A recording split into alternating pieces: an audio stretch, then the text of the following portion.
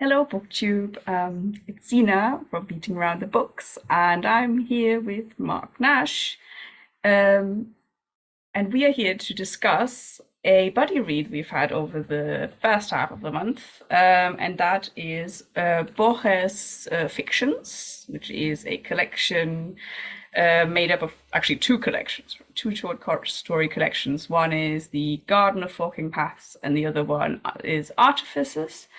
Um, yeah, we're going to go through them story by story, although we're going to leave out a few that didn't inspire much thought or discussion. There might be something akin to spoilers, but at the same time, it doesn't really feel like you can properly spoil Borges stories, just because most of it doesn't seem to revolve around plot in that sense, but more about the ideas that he's trying to portray in these. So it's been warned, but yeah, I don't think you can really spoil these. No, So, I think we have to be careful how we pronounce the Garden of Forking Paths. oh, did I say something weird there? It was close. It was close. I think All if right. you were from the north of England, you definitely would have fallen foul of it. But anyway, we move. Well, I have some relation to that area, so maybe Yeah, that's why. Anyway, so do you have any thoughts on the whole before we get into yeah, any of the individual ones? absolutely. So I've had this book in my collection for years, and I had assumed I'd read it, but I couldn't remember a thing about it. And having reread it, I still don't know whether I'd read it before or not. But what struck me is there's obviously complete genius at work here, and someone who thinks very deeply about text and authenticity and author and attribution, all these sorts of quite interesting questions. Um, but a lot of these stories are, I'm not even sure you call them stories, they're sketches for stories, because he's dealing with the ideas and the structure, which are fascinating, but they feel very brittle to me. That there are other stories here which are proper, what you'd call proper short stories.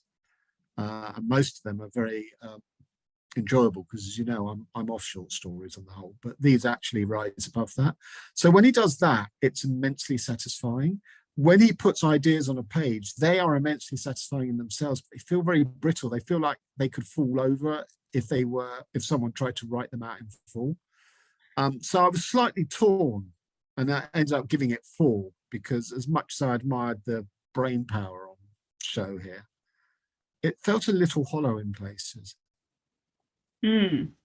I think I agreed with you on the term brittle. I think that's a very good description for a lot of his stories. But for me, it was still 5. It was still a 5-star read. But mainly I was going between 4 and 5 because there are a few here that left me completely cold.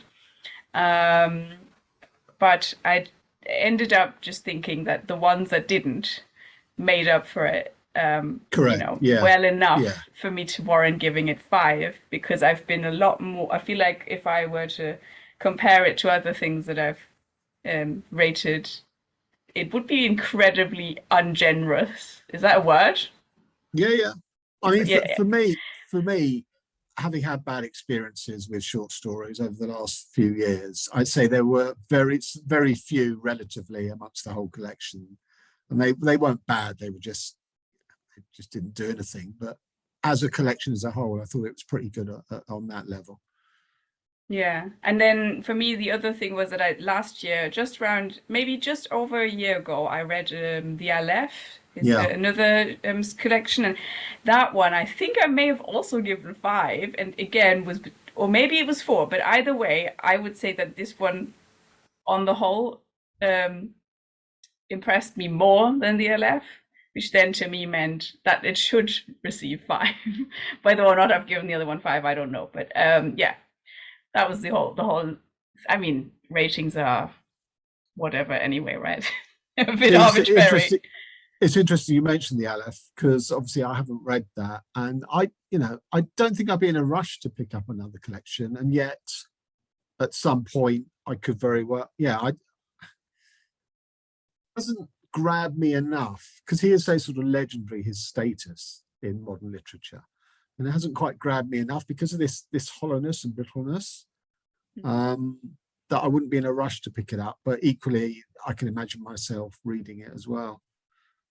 I'd be interested in reading his nonfiction now, just because well, obviously, because he's so much about ideas, I would be interested in how he expresses those in nonfiction. And I've come across a few of his, a few of his essays have been mentioned in other stuff I've read about him, because of, I mentioned before, it kind of feeds into the thesis, blah, blah, blah. And it sounds rather interesting. So, yeah. We discussed, has he written a novel? Because I'd be interested to see if he could make these ideas stand up with the heft and weight of a novel, whether it would collapse under its own brittleness. And we couldn't find any. No, did you go? I didn't go looking, but I don't think he has. Oh, I thought we did. I thought between us we did. Okay, I withdraw that. So we don't know. We don't know. Perhaps our learned viewers could inform us. Yes. Because I would be intrigued to know if he could pull it off on a novel scale. So let's get to the individual stories themselves. Do you want to start with the first one? Ooh, which one is that? Ukbar and Orbis Tertius. Oh, goodness. What should I say about this? This was rather mind-boggling. The setup of it was an obscure reference to a country or a culture that two literary types were talking about, and they wanted to sort of back up their argument with finding, chapter and verse on it, literally. And they go to some sort of equivalent of the encyclopedia. Not there, it doesn't exist, which sends them off in a journey of trying to track down this, this reference to this country, this culture, this language that they've heard about, but they can't find any sort of proof of its historical existence, which is a bit similar to the Dictionary of the Khazars novel. And it all sort of spins off from there. So it's about, I guess it's about sort of literary detective work.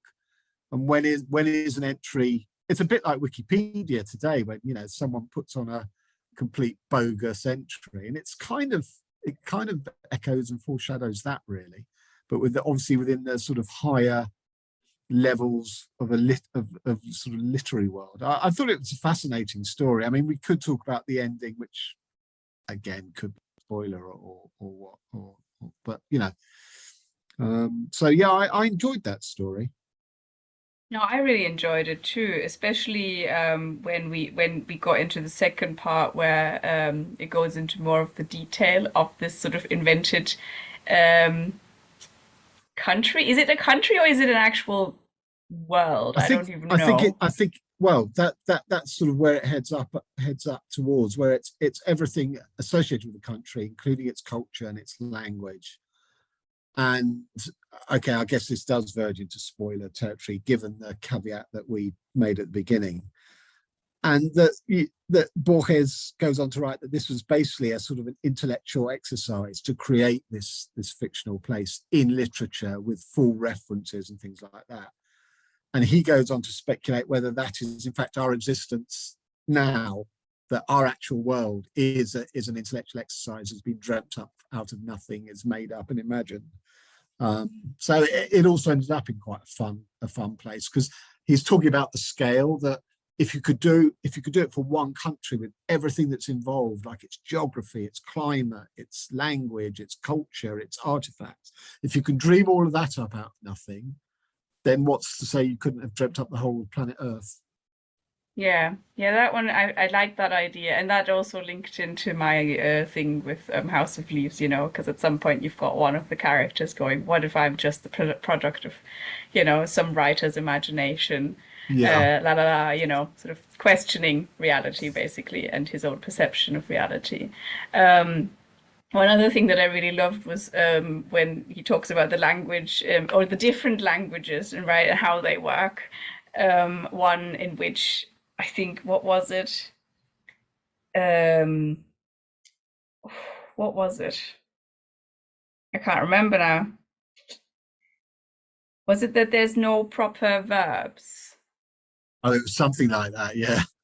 And like there are verbs, of course, but they are kind of only made up of nouns. Yes. Um, and then there's another one where this is the same thing happens but with adjectives. And it's really odd, but he doesn't just sort of hypothesize about it. He actually gives you these Examples. Yeah. sample sentences, and I think they're quite fun.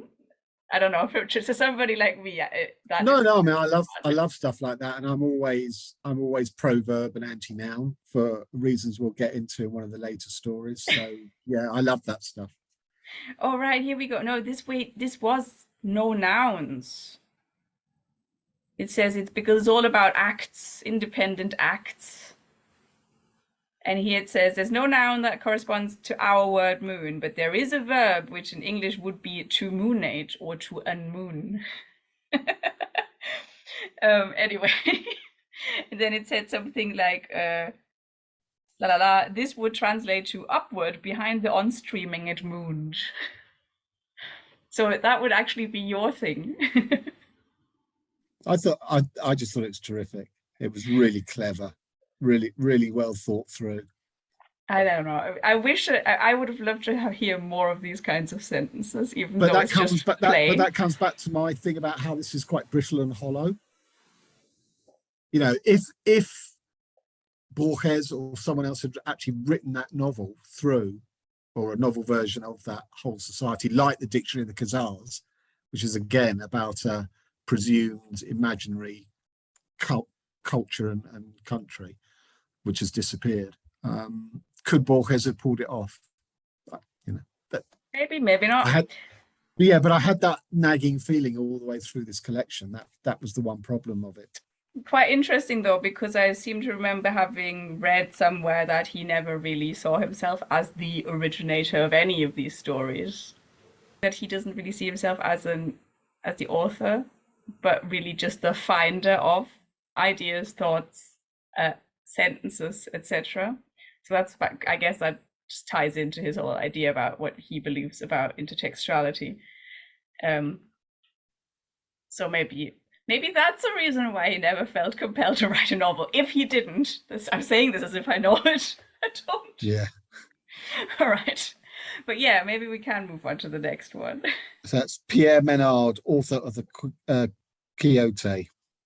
I love that one. The plot set up for this is that there's a French author called Pierre Menard. Can't remember what exactly when, but it's about 200-300 years after Cervantes' original novel, or maybe more than that. But basically, he sets out to write a faithful rendition of Don Quixote, for which he tries to recreate the post-soldier existence of Cervantes. He learns Castilian Spanish in order to write it in the original, and produces pretty much a mirror version of the original. But there are still things that leak through. I think it's word for word the same. Yeah. Yeah, but by the way, it's a 20th century. Okay, 20th century.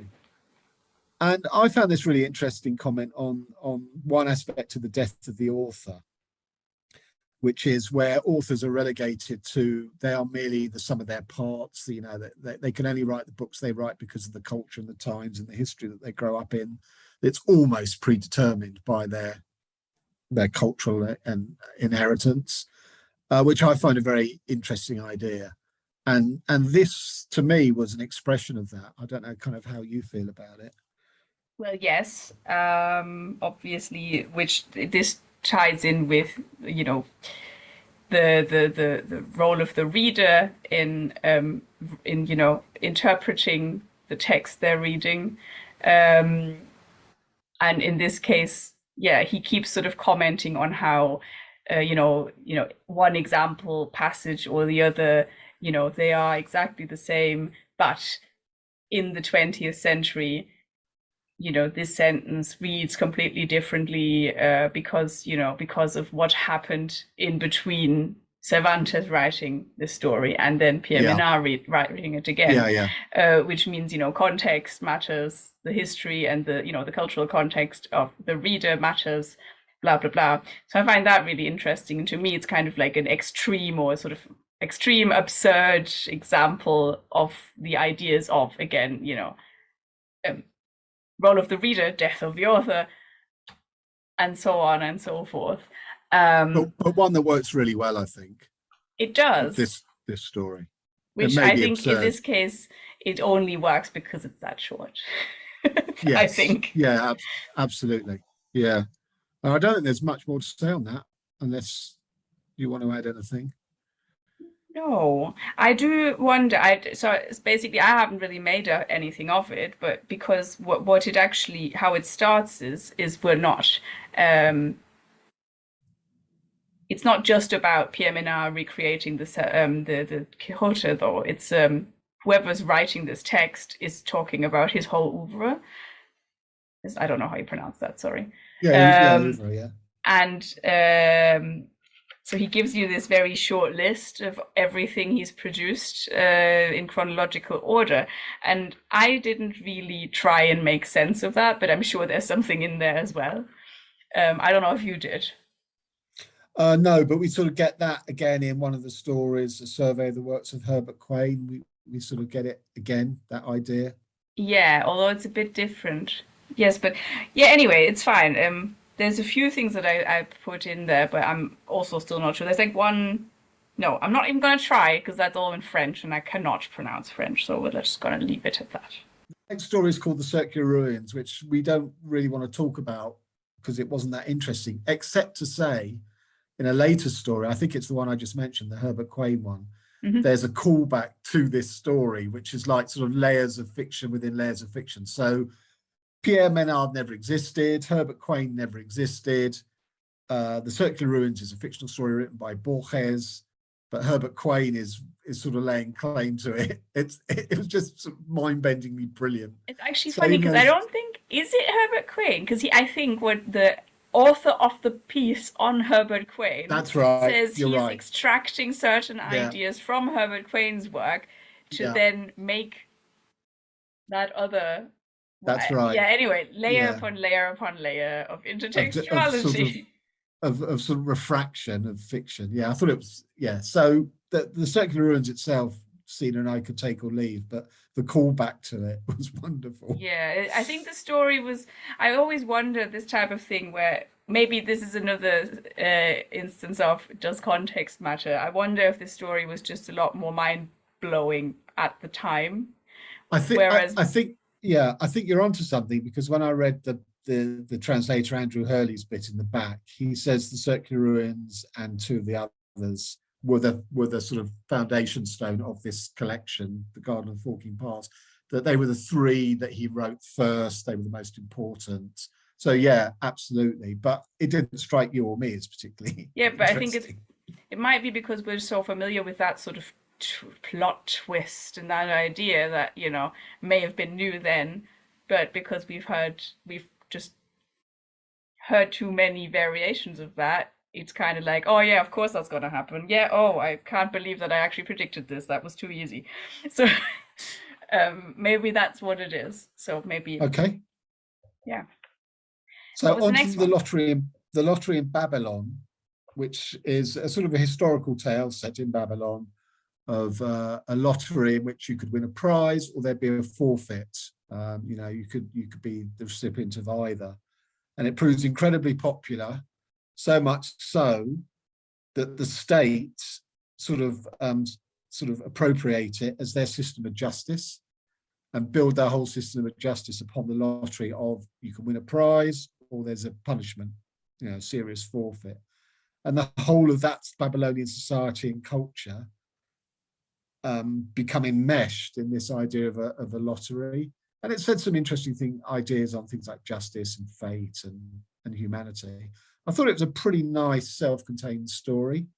There were a few things that made me think of, well, obviously religion, with fate, but the other one. That's right, because as a part of the journey of it being built into the state, is first it becomes enmeshed as a religion, and then gets absorbed into the state apparatus. Yeah, I've forgotten that. And then the other part that made me think of how conspiracy theories begin. Because at one point they speak about how there's the company, these sort of secret, how do you say this, secret puppet masters who sort of foresee all sorts of different, how do you say this, different outcomes, and how one thing will lead to the next and the next and the next, to the point where, a normal human being would never be able to foresee these kinds of consequences, or these sort of chains of consequences. But people believe that there are people who know about all of this, and basically they kind of predetermine stuff, and it's not actually chance. Which to me sounds exactly like what conspiracy myth believers are very fond of. I think there are a lot of resonance in this story. It's very rich. I mean, it is, again, I suppose, a slight sort of historical sketch. But actually, this one had a bit more beef and heft to it, I think. Yeah. And on to the next one, A Survey of the Works of Herbert Quain. I'm going to let you take this one away. Oh God, what am I supposed to say about that one? Well, so this one is another one where Borges is making up an author, and then speaks about the fictive, body of work of this author. Basically describes these sort of novels that Herbert Quain has written. And I think, I'm not sure if this precedes his own story, The Garden of Forking Paths, or not, but it certainly, has that same idea of a novel that is a non-linear, and that kind of forks off into different variations on the plot. He actually gives us a schemata for it of sort of 3 different things, then each of those forks off into 2, and then they fork off. I think there were 9 in all, and they're all in different genres, from different perspectives, but he actually does it as a sort of an algebraic diagram. And again, I love that, but I would like to see a book written like that to know whether it holds up or not. So again, it was a rich idea, but also one that I felt potentially would collapse under its own weight if it was executed to its logical end. Yeah, I get what you mean. But I do think it is, well, it's very similar to is it or is it not? The ideas contained are similar to the other one that comes later. But this one is a bit more, focused on this idea of this non-linear novel with different outcomes, etc. And what I found really interesting was the idea that they were also all in different genres. All the different paths, and it's like, that is a fantastic idea, but I have no clue how that will be executed. Hence why, can somebody please try? Exactly. So that's the thing that always pulled me back. The Great idea, I loved about this, would it work? Oh, sorry. The other thing I loved about it was just that it was a bit of tongue-in-cheek commentary on, other kinds of novels. So, a little bit snooty and whatever. But, I kind of felt like, I agree with you. Which is obviously easy to do if you're talking about made-up stories. Yes. But it was just fun, I guess. So, we were at the Library of Babel. Yeah. This one gave a lot of food for thought for me. What about you? Take it away. Yeah, no, absolutely. I mean, it resonated with me because there's a bit in 3 Dreams in the Key of G, which is a sort of library of the self, as told by all the letters in your personal genome, even though there are only 4 letters. So I could really relate to this. I hadn't thought of it that way. Oh well, at some point I might reread it and think about that. Anyway, so this one resonated a lot. I was looking at it from my thesis point of view, because it seemed like Yeah, I had a lot that I could use for to relate it to House of Leaves. But let's not talk about that for a moment, because that's not really interesting to people sure. who want to read Borges. So yeah, it's about the idea that the universe is a library, which, well, Yeah, is called Library of Babel, and it's, well, infinite. And he describes this sort of, made up of whatever, an infinite number of galleries that are connected in one way or another, and but it's about architecturally arranged. It's architecturally arranged, and that all the books are arranged by how they compose the architecture of the library, rather than say theme or subject or author or whatever. And oh, then I it hadn't even turns out noticed. that, they're written in what seems to be gibberish. And again, this resonated with a flash fiction story where they get experts to try and work out what this language is, as if it's a code or something. And each of them feels familiarity with the text, that they recognize things that resonate with them, but it's not the language that they specialize in. And so they begin to think it's an amalgam of different languages and dialects and accents and all this sort of stuff, which I found really, really interesting, because I wrote a flash fiction about someone who wakes up with the language from which all languages derive, and no one can understand what he's saying, and he can't make himself understood to people. So they take him to language specialists. And again, they all recognize, or they're all familiar with some of the sounds, but they can't work out, because none of them speak language, obviously. So again, that really resonated with me. An interesting thought, though, because so the way you describe that sounds like what linguists call Proto-Indo-European, which is the sort of made up Yeah. Original language, but they don't even, so they say, right, this is obviously not necessarily a language that ever existed, but we believe that all of these languages are related to an language, Ursprache, Yes. which is Proto-Indo-European. But again, this is not necessarily a real language, right? We don't Well, believe that it it's the existed. linguistic Big Bang. Yeah, but they also It's exactly the same. but they don't say wait, no, because they don't say that every single language is related to that. No, the Indo-European languages, yeah. Yeah.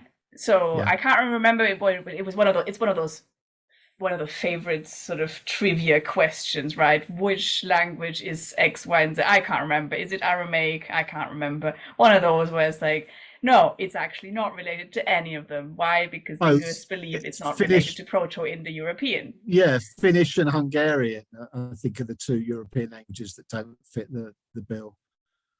Ooh, I have no clue about those ones. I just remember there's like a really... Anyway. Yeah, so they don't even believe that is the Ursprache, right? They believe that this is one, but there must have been others, because they can't see any relations between some other languages and these. Yeah. This rather large, number of them where they see certain kinds of relations, whatever. And I guess here they're trying to figure out what, if that language had actually existed, is that the one that then these books are written in, because they can't all be gibberish. Rather than being artifacts and things that are aesthetically pleasing themselves, being on these sort of symmetrical shelves in a symmetrical library, they're books, therefore they have to have meaning, therefore they have to explain the world to us. And again, a bit like, which of the other stories was it? Oh yeah, a bit like A Lottery in Babylon. This library, people go off in search of, well, there must be one book in here that tells us everything, and it's a bit like a search for God, and the library itself, or aspects of the library, become parts of a religious ritual and devotion And again, I love the way that he does that. He just, he's built up this world of the library, this thing about books, but the language isn't accessible. And now he's moved on again to how this becomes ritualized and made numinous, as if, a book, a god, holds all the answers of mankind, because mankind always wants the answer. Who am I? What am I here for? What have I done? All that sort of stuff. What's the meaning of life? Yeah, and librarians are then, your priests, I guess. Our high priests, exactly. And I love the way he keeps moving it on. And it always comes back to show that, this all stems from us. We make these divinities, place them above ourselves, and then worship them as if forgetting that we've created them, and what we don't understand about them, which is what we don't understand about the world, is proof of their divinity. It's just brilliant the way he does that. Yeah, that is. Yeah, I guess it is, isn't it? It is like the Lottery of Babylon in that sense. It's just a different rendition of it. Yeah, he's obviously obsessed with these ideas about sure, and language and stuff. Yeah, I loved it. I thought it was terrific. Yeah, that one was definitely.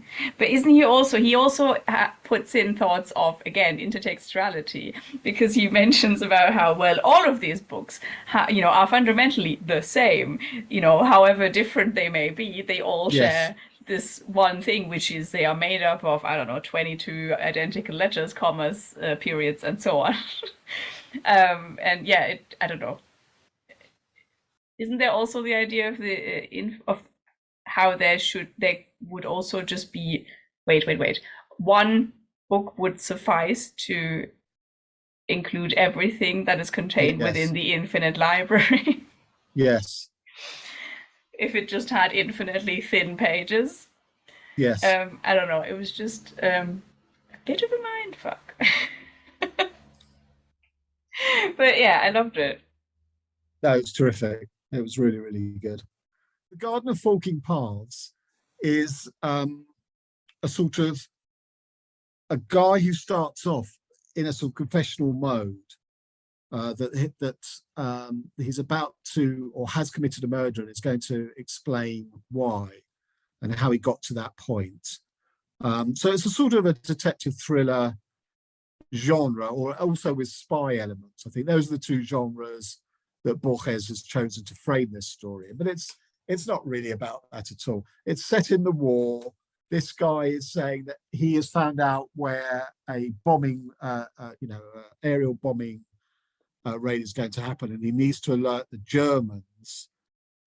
He needs to sort of get the word out as to what this target is, but he has no means of communication.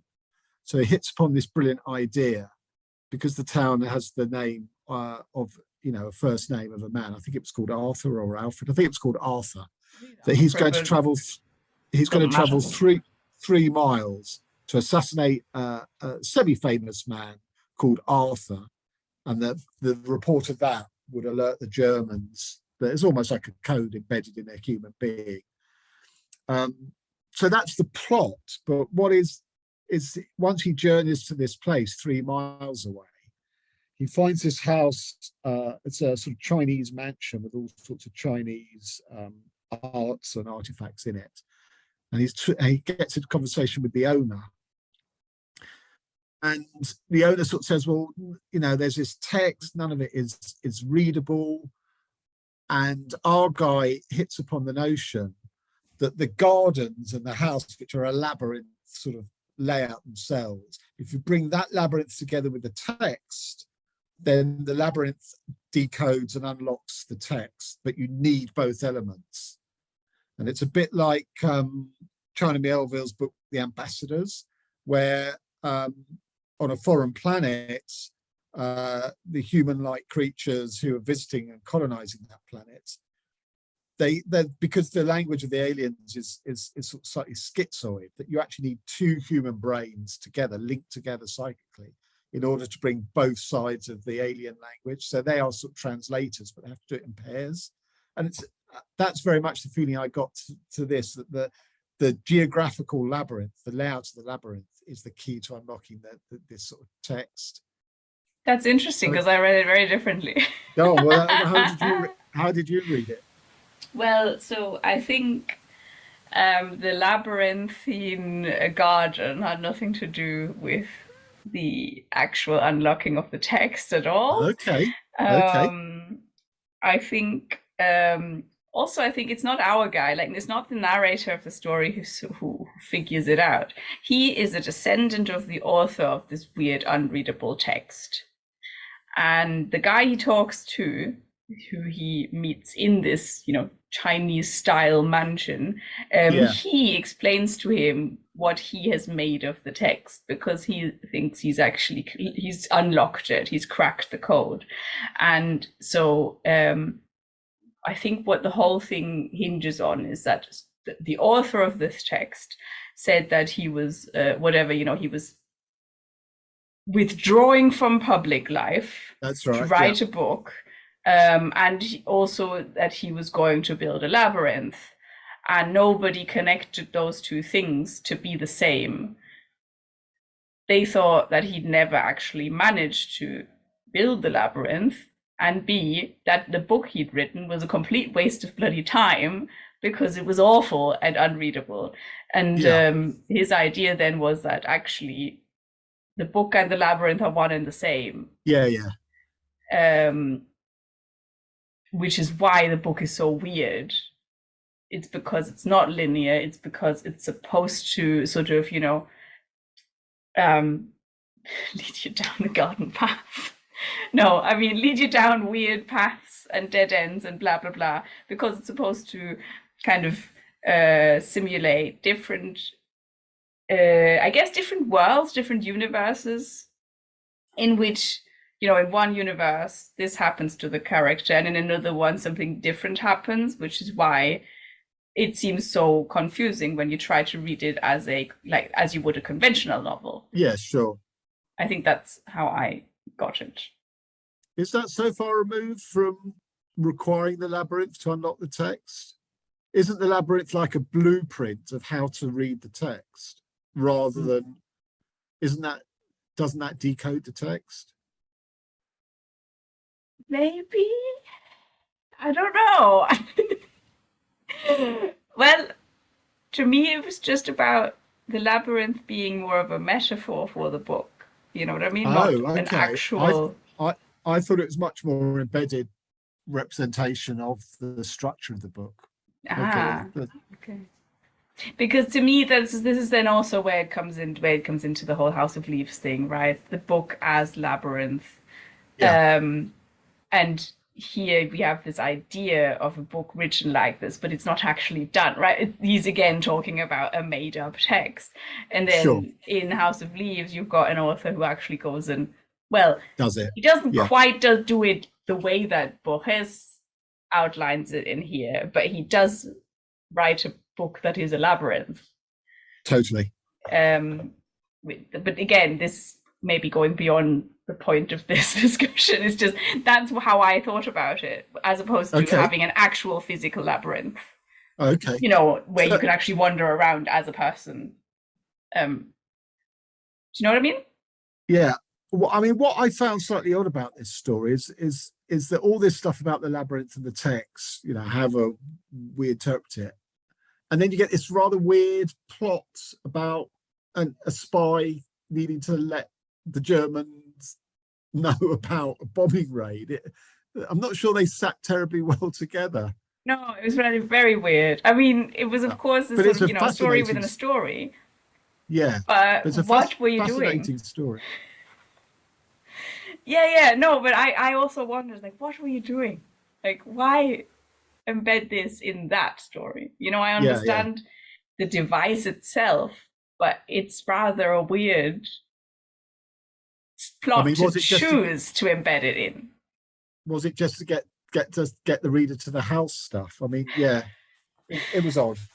Yeah, I mean, I understand he does this often, right? Where it's okay, we have this, again, story within a story, blah, blah, blah, but it's just such a weird one to choose. Yeah. Although I thought he rendered it really well, faithful to sort of espionage genre. No, that was really good. Although I did not buy the end, but no. that was the worst part of it, but otherwise it was good, and it was also really well written. Like I was interested, I knew about the story beforehand, and I knew kind of what it was about. I think I may have even read it, but that would have been like 4 years ago. Mhm. So I knew that it was gonna go into something different. But despite knowing that, I still found the beginning part quite, compelling. It was well written. Absolutely. Um, so the way how he evades his persecutors or whatever you want to call it, um, that sort of thing. But otherwise, I'm still baffled at the choice. Okay, so that's all of fictions, other than a couple that we skated over. And now on to artifices.